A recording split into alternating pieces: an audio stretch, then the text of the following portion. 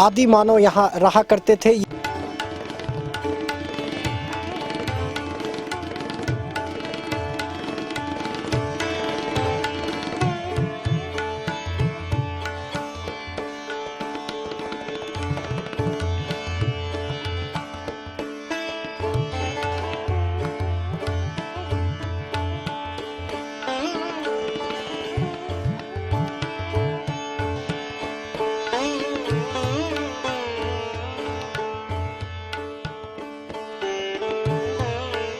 मां विश्वेश्वरी देवी का एक प्राचीन मंदिर है।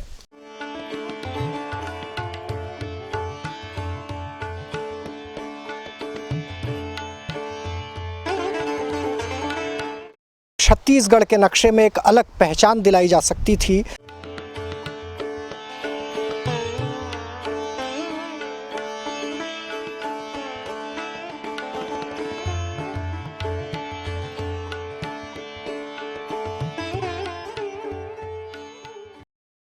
कहते हैं छत्तीसगढ़ जैसे छोटे से राज्य में वो सब कुछ है जिसे देखने की ख्वाहिश कलेजे में समेटे लोग देश और विदेश की सैर तक कराते हैं। मगर जिस हकीकत का मैं जिक्र कर रहा हूं या फिर करने जा रहा हूं, उसकी तासीर और खूबसूरती से कम ही लोगों का वास्ता पड़ा होगा। जिला मुख्यालय कोरबा से करीब करीब 70 किलोमीटर की दूरी पर बुका जल विहार की भव्यता और मनोरम छवि के किस्से मैंने मात्र लोगों से सुन रखे थे। 2 दिन पहले ही बुका जाने का मौका मिला। मैं, मेरा कैमरा सहयोगी ऊर्जा नगरी से कटघोरा होते हुए अंबिकापुर की ओर निकल पड़े।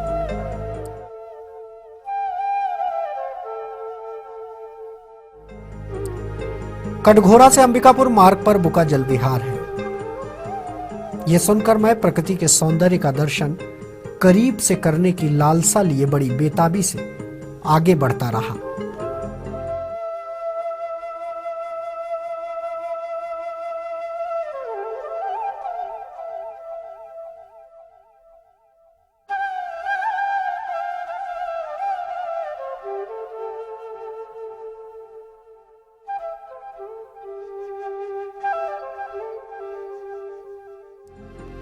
करीब 35 किलोमीटर का सफर कटघोरा से तय करने के बाद सड़क के किनारे इस स्वागत द्वार को देखकर मन में उफान मार रही लालसा और बढ़ गई।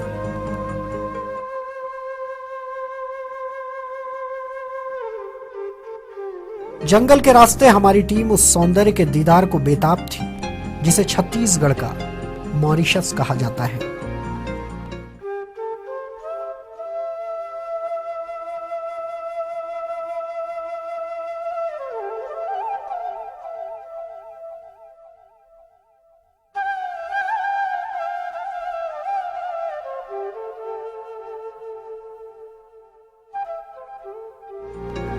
जी हाँ, करीब 2.25 घंटे का इंतजार जब खत्म हुआ तो आंखों के सामने मानो स्वर्ग जमीन पर उतर आया हो ऐसा प्रतीत होने लगा।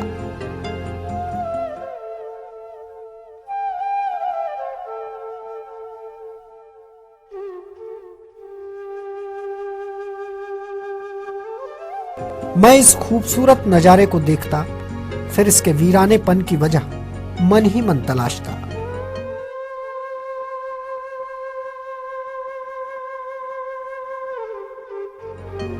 कई सवाल, मगर जवाब खोजने के बीच कैमरे की नजरों से मैं बुका के सौंदर्य को यादों के झरोखों में समेटने की कोशिश भी करता रहा। हर पल मानो क्या करें क्या ना करें।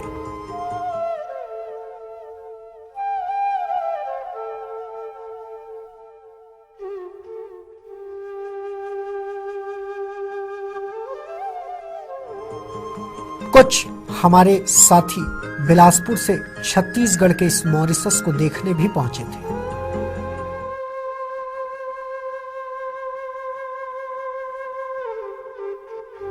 सुदूर पहाड़ियों के बीच केवल पानी और सिर्फ पानी।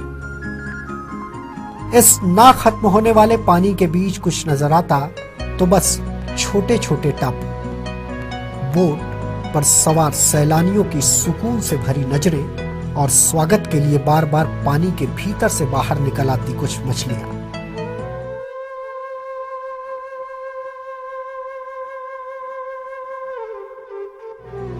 हर नजारा जिंदगी में ना भूल पाने वाला पल था।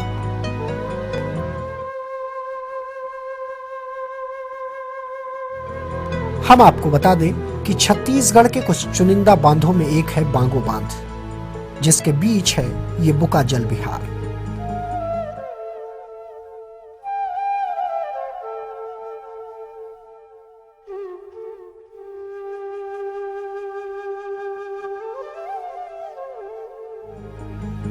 राज्य तो दूर, कोरबा और आसपास के जिलों में रहने वाले पर्यटकों को भी इस सौंदर्य की छिपी तस्वीर से या तो ज्यादा इत्तेफाक नहीं है या फिर लोग नहीं जानते कि क्या नहीं देख पा रहे हैं।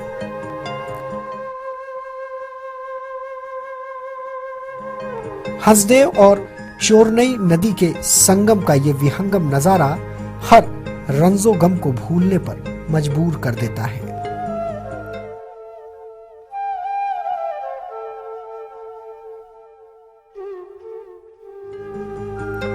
ऊंची ऊंची पहाड़ियों के बीच बुका जल विहार से बोट के जरिए हम टिरी सरई पहुंचे, फिर सतरेंगा पहुंच गए।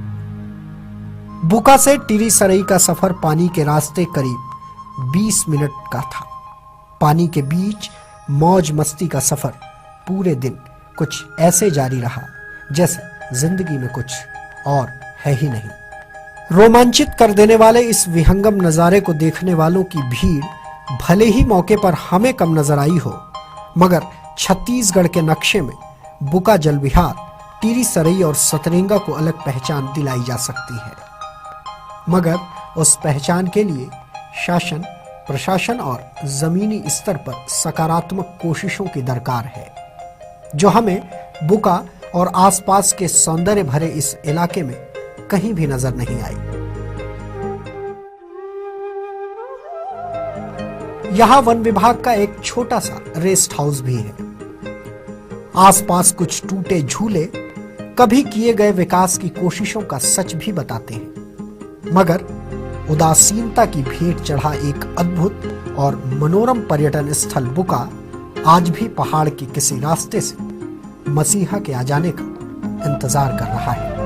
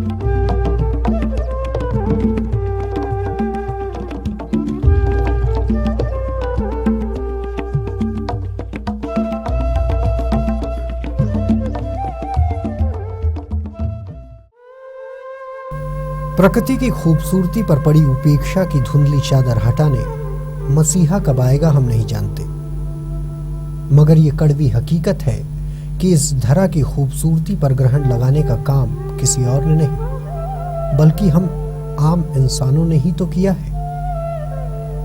इस मनोरम स्थल से लौटने की इच्छा तो नहीं होती, मगर लौटना भी जरूरी है। हम अपने पुराने साथियों से विदा लेकर वापस कोरबा के लिए निकल पड़े हैं।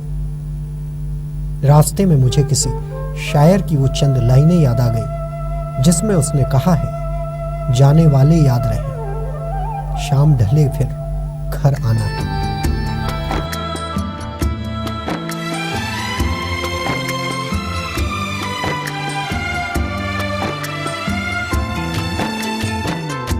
जाने वाले याद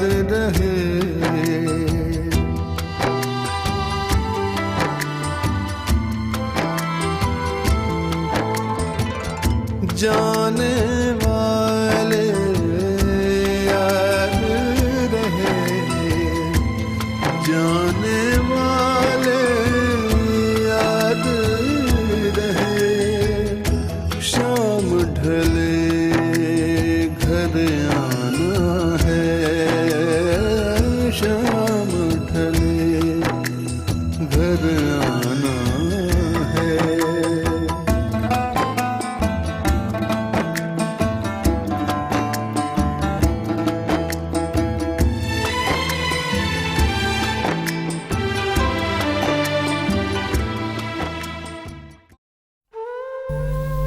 इस धरती पर क्या कुछ नहीं है।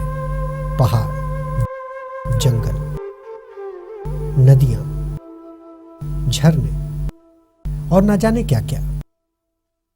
इस धरती की कोख से कोयला, हीरा, बॉक्साइट, अभ्रक और न जाने कितने तरह के खनिज इंसानों की रसूखियत का आज कारण बने हुए हैं। मगर इंसानी फितरत ही कहे कि जिसने दिया उसे ही ठुकरा कर हम आगे बढ़ गए। रास्ते भर बुका की खूबसूरती आंखों के सामने नजर आती रही।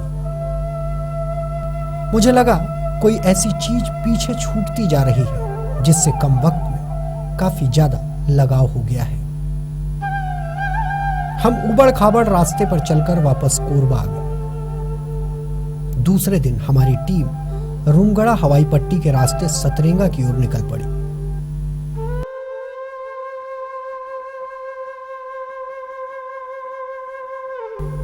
गर्मी का मौसम है, जंगल में वीरानी छाई हुई है और सूनी सड़कें फिर कुछ याद दिला जाती हैं। दूर तलक वीराना है,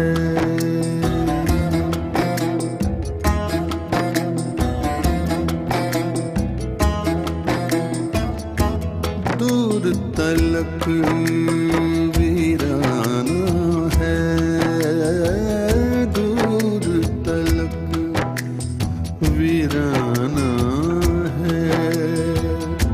कब तक चलते जाना है, कब तक चलते जाना है। दूर तलक वीराना है, दूर तलक वीराना है। सच ही तो है, जिस रास्ते पर विकास की परत चढ़ाकर लोगों को सौंदर्य और प्रकृति के मनोरम नजारे का दीदार करवाया जा सकता है, उसे भगवान भरोसे छोड़ दिया गया है। मैं उस रास्ते का जिक्र कर रहा हूं जो सतरेंगा की ओर बढ़ रहा है।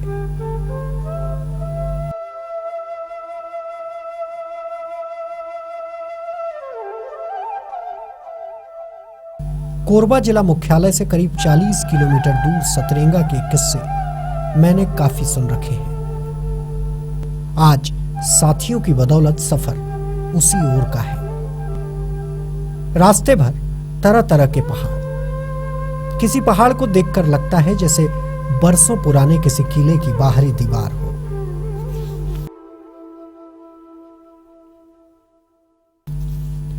किसी पहाड़ को देखकर अनायास ही राजा के सिर पर लगे मुकुट का ख्याल आ जाता है। गर्मी बहुत है, मगर खूबसूरत वादियों की मनमोहक अदाओं ने मन को तसल्ली की बारिश में भिगो रखा है। रास्ते में कई अद्भुत नजारे, कई लोगों की सूरत अजीब अजीब से ख्यालात मन में लाती रही। आज की हमारी इस यात्रा की मंजिल काफी करीब है। ये बोर्ड देखकर ऐसा कह रहा हूं। हम सतरेंगा के लिए उस कच्चे रास्ते पर मुड़ गए हैं जहां पर आज भी इंसान विकास की बाट जोहता पैदल धूल उड़ाता चल रहा है। रास्ते में गर्दो गुबार को अपने पीछे छोड़ते हम सतरेंगा पहुंच गए। वन महकमे ने यहां एक विश्राम गृह बनवा रखा है जो कुछ खास लोगों के अलावा अधिकारियों के ऐशो आराम के काम आता है। हमारी टीम पहुंची तो एक कर्मचारी ने दौड़कर बाहर लगा बैरियर खोल दिया, मगर रेस्ट हाउस के भीतर आराम से बैठने की चाह के लिए हमें काफी लंबा चौड़ा परिचय देना पड़ा। हालांकि हमने बाहर ही लगी चंद कुर्सियों पर कुछ पल बिताया और दर्शनीय स्थल सतरेंगा के रंग को करीब से महसूस करने लगे। एक और वन महकमे की तमाम कारगुजारियां भवन की छत से लेकर दीवारों पर दरारों के रूप में दिखाई पड़ती रही, तो दूसरी ओर ऐसा नजारा जहां से नजरें हटाना मुश्किल सा लग रहा था। समुद्र तल से करीब करीब 350 फीट ऊंचाई पर इस पर्यटन स्थल पर वन महकमे ने कैसे ग्रहण लगा रखा है, ये हम आपको जरूर बताएंगे। पहले इस खूबसूरती से पूरी तरह हम खुद वाकिफ हो जाएं, फिर सरकारी अफसरों की कारगुजारियों के किस्से आम करने के लिए तो पर्याप्त समय और मौके हैं। यहाँ के गायब पंखों और कुछ चीजों को देखकर जगजीत सिंह साहिब की वो चंद लाइनें हमें याद आ गई।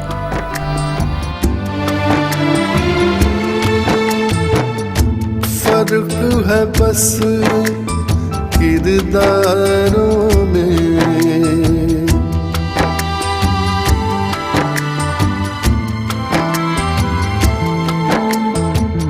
फर्क है बस किरदारों में,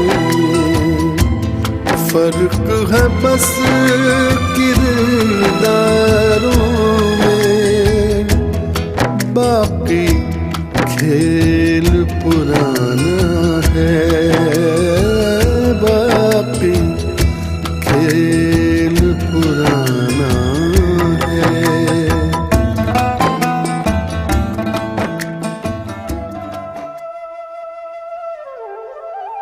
दूर दूर तक सिर्फ और सिर्फ पानी। पर्यटकों की तलाश में नजरें थक गई, मगर कोई नजर नहीं आया। ऐसा लगा हम गलत वक्त पर आ गए हैं। यहाँ की खूबसूरती और बुका की खूबसूरती में ज्यादा फर्क मुझे नजर नहीं आया।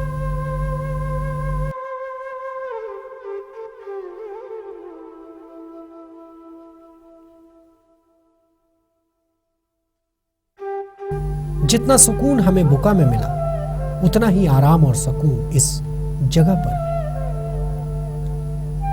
कहते हैं बारिश के मौसम में पानी बढ़ता है तो सामने नजर आते ये टापू डूब जाते हैं। वैसे पानी अब भी बहुत है। गांव के लोग कहते हैं इस टीले तक लोग आम दिनों में बड़े ही आराम से आ जा सकते हैं। फिलहाल यहां तक पहुंचना मुश्किल का काम है। दूर किनारे पर गांव के कुछ आदमी रात की सब्जी का इंतजाम कर रहे हैं। मछली मारने के लिए धैर्यता और संयम की जरूरत है, जो इन लोगों में नजर आती है। यहां पर एक शिवलिंग भी हमें नजर आया। किसी भक्त की आस्था वीरानेपन का शिकार हो गई है। खैर, भगवान है, सब देख और समझ रहे हैं। इधर पर्यटकों के मनोरंजन और जल विहार के लिए कई नाव और बोट यहां मंगाई गई, मगर सब औंधे मुंह पड़ी है। प्रशासनिक अमले की पर्यटन के प्रति संवेदना का सच इन बोट में लग चुके जंग से ज्यादा गंदा है। जो जगह पर्यटन के लिहाज से वन महकमे को राजस्व दिला सकती है, जिस जगह को सैलानियों की भीड़ बुलाने के लिहाज से विकसित किया जा सकता है, उसे उपेक्षा की नजरों से देखा जा रहा है। यहां के चौकीदार ने बड़ी मान मनोवल के बाद जुबान खोली। उसने ज्यादा कुछ तो नहीं कहा, मगर जो कहा वो वन महकमे के भ्रष्टाचार और आम जनता की सुविधाओं पर लगाम लगाने की सच्चाई को खुद ब खुद बयां कर गया। अब सुविधा तो अब का है, अब यहाँ अब पानी उनी देखे बात। हाँ, बोट चलाने वाला मन तो पर साल चले ही साल, अब वो रेट उठा मन के थोड़ा कम हो गया तो नाम से अब बंद कर दी है। काफी देर तक रुकने के बाद हम यहां से वापस निकल पड़े हैं। सहयोगियों ने बताया पास ही में एक और जगह है जहां साल का एक विशाल वृक्ष है जिसकी उम्र करीब करीब 1500 साल है। हम यहां भी पहुंचे। हम चंद किलोमीटर का सफर तय करके उस जगह पर पहुंच गए।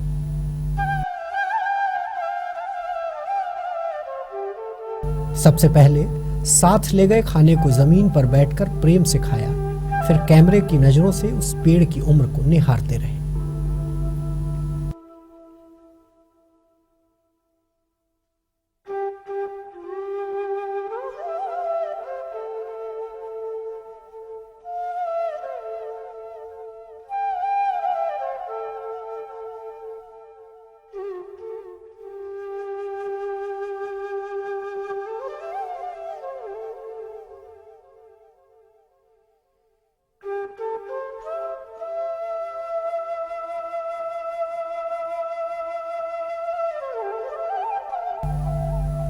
इस जगह को महज एक सरकारी बोर्ड लगाकर महकमे ने संरक्षित कर देने की औपचारिकता पूरी कर रखी है। यहां पर देवी देवताओं का वास है, ऐसा भी गांव के लोग कहते हैं। बताते हो 2-4 पीढ़ी पूर्वज पहली के, मतलब बहुत दिन हो गए, बहुत दूर दूर ले आते हैं। वैसे कह रहे मोटाई है और मतलब वो साल वो पुराना।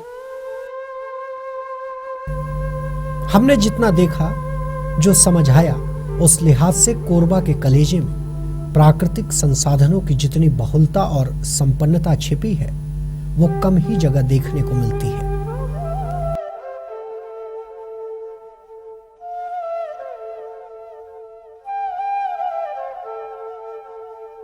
मगर सवाल एक बार फिर वही खड़ा होता है। ऐसे मनोरम जगहों को जनता के पेशे नजर करने की सोच ना शासन के जहन में है, ना प्रशासन में बैठे चंद भ्रष्टतम अधिकारियों के बस की बात। यात्रा जारी रहेगी, लेकिन वक्त की नजाकत अब लौटने को कह रही है। हम लौटते हैं। आप इन चंद लाइनों को सुनकर इंसान के जीवन की कड़वी हकीकत को महसूस कीजिए।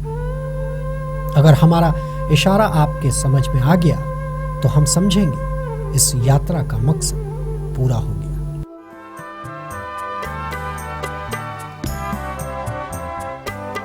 सुबह से शाम तक बोझ ढोता हुआ,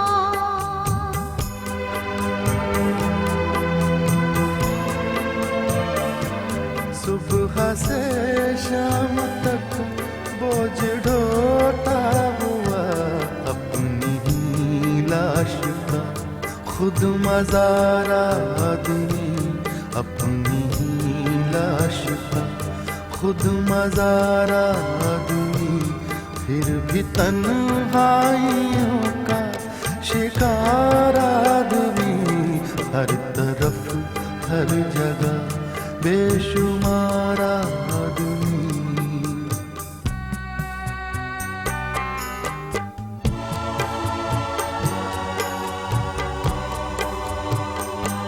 जिंदगी का मुकद्दर सफर दर सफर,